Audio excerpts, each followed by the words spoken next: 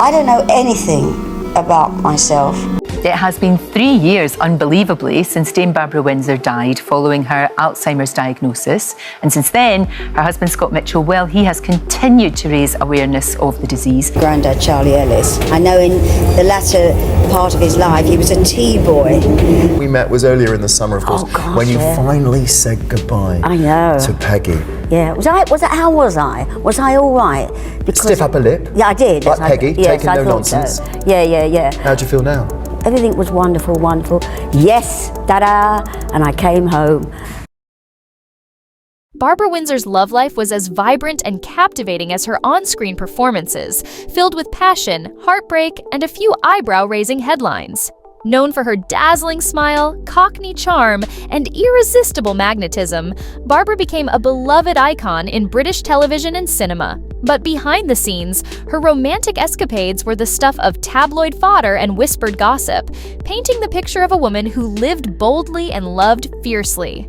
Her romantic journey began with a string of high-profile affairs that showcased her attraction to charismatic and, at times, complicated men. One of her early flings was with football legend George Best, a man whose charm and boyish good looks captivated a nation. Barbara, ever the social butterfly, crossed paths with the star during his heyday, and though their relationship was brief, it left a lasting impression. Not one to shy away from a whirlwind romance, Barbara also found herself entangled with Maurice Gibb of the Bee Gees. Their love affair was marked by the kind of fleeting glamour only the 1960s could provide, with Maurice reportedly smitten by the effervescent actress. However, it was her relationship with Carry On co-star Sid James that perhaps raised the most eyebrows. Sid, known for his cheeky persona and quick wit, was deeply infatuated with Barbara. While their relationship never fully blossomed into a committed romance, the bond between them was undeniable and carried with it a touch of scandal.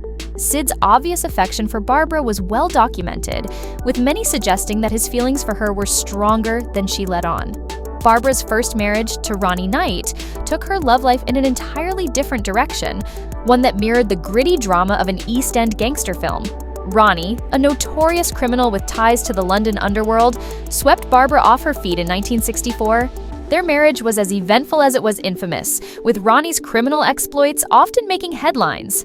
The couple's 21-year union was plagued by controversy, particularly when Ronnie became implicated in the notorious £6 million Security Express robbery of 1983.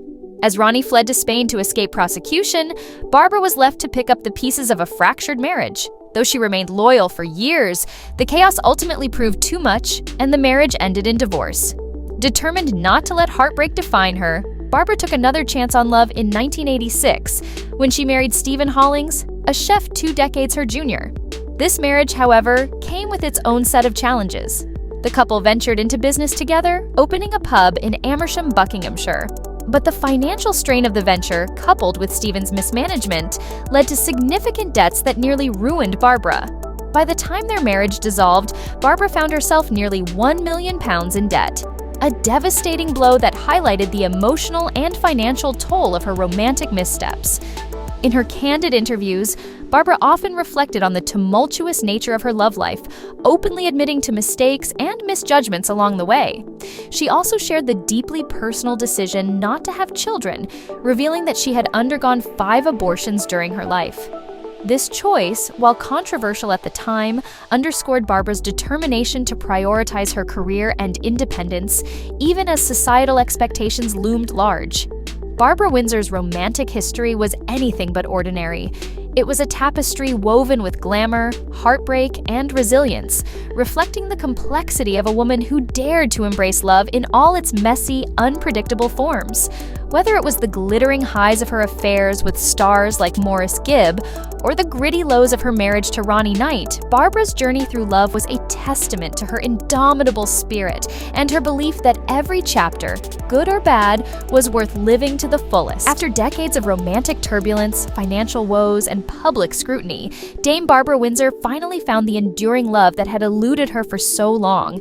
It came in the form of Scott Mitchell, a man 26 years her junior, who would not only become her husband, but also her unwavering pillar of support in life's most challenging moments. Their love story began in the late 1990s, when Barbara, at the age of 62, was performing in Entertaining Mr. Sloan.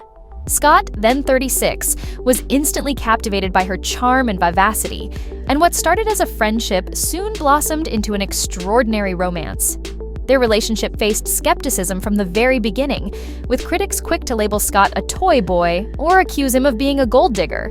After all, Barbara was a celebrated actress with decades of fame behind her, while Scott was relatively unknown. The gossip columns buzzed with speculation, but the couple's devotion to each other silenced their detractors. As Scott later revealed, Barbara wasn't the wealthy star people assumed her to be at the time. They started their life together in his modest two-bedroom flat, while she was grappling with nearly £1 million in debt from her previous marriage. Far from exploiting her, Scott helped her rebuild her life, both emotionally and financially. Their wedding in 2000 at London's prestigious Dorchester Hotel was a glamorous yet intimate affair, marking a new chapter for Barbara as she embraced a love that finally felt right. In her own words, "Meeting Scott is the best thing that ever happened to me." Scott brought stability and warmth to Barbara's life, offering her the kind of love and support she had longed for but never truly experienced. Together, they navigated the highs and lows of her career, including her triumphant comeback as the iconic Peggy Mitchell in EastEnders. The role cemented Barbara's status as a national treasure, and Scott was by her side every step of the way, cheering her on from the wings. As the years went by, their bond only grew stronger. While Barbara had once endured heartbreak and scandal in her previous relationships, her marriage to Scott was defined by trust, companionship, and unshakable loyalty. Even as she faced health challenges in her later years, including her diagnosis with Alzheimer's in 2014, Scott remained her steadfast caregiver and advocate. He publicly shared their journey with her illness, raising awareness and ensuring Barbara received the dignity and care she deserved. Barbara often credited Scott with bringing joy and peace to her life after so much heartache. Their love story defied the odds, proving that true love knows no age, no boundaries, and no judgment. Scott was more than just a husband. He was Barbara's partner, protector, and greatest love.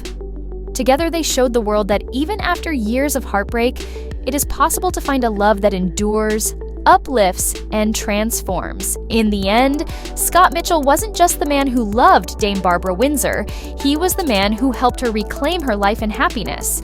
Their relationship wasn't just a love story, it was a testament to the resilience of the human spirit and the belief that it's never too late to find your forever person.